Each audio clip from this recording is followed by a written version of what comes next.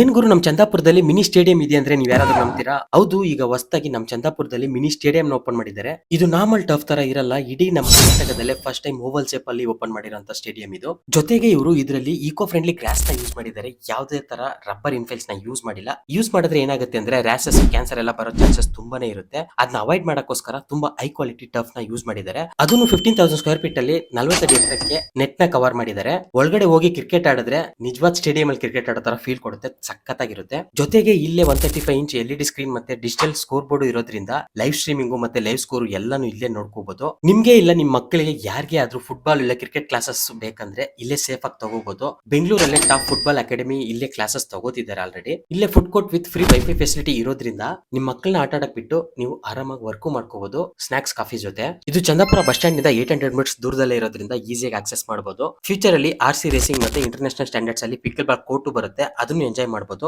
ಇವರೇ ರೆಗ್ಯುಲರ್ ಆಗಿ tournaments conduct ಮಾಡ್ತಾರೆ. ಜಾಯ್ನ್ ಆಗ್ಬೇಕು ಅಂದ್ರೆ ಸ್ಕ್ರೀನ್ ಅಲ್ಲಿ ಕಾಣ್ತಿರೋ ನಂಬರ್ಗೆ ಈಗಲೇ ಕಾಂಟ್ಯಾಕ್ಟ್ ಮಾಡಿ. ಇದು ಹೊಸದಾಗಿ ಓಪನ್ ಆಗಿರೋದ್ರಿಂದ ಮಾರ್ಚ್ 31 ತನಕ ನೀವೇನೇ ಬುಕ್ ಮಾಡಿದ್ರು ಎಲ್ಲಾ ಸ್ಲಾಟ್ಸ್ ಮೇಲೆ 50% ಆಫ್ ಸಿಗುತ್ತೆ. ಮತ್ತೆ ತಡ ಮಾಡ್ತಿದ್ರೆ ಆದಷ್ಟು ಬೇಗ ಬುಕ್ ಮಾಡ್ಕೊಂಡು ನಿಮ್ ಫ್ರೀ ಟೈಮ್ ನ ಎಂಜಾಯ್ ಮಾಡಿ. ಮರಿದಿ ನಮ್ಮ ಪೇಜ್ ನ ಫಾಲೋ ಮಾಡ್ಕೊಳ್ಳಿ. Thank you.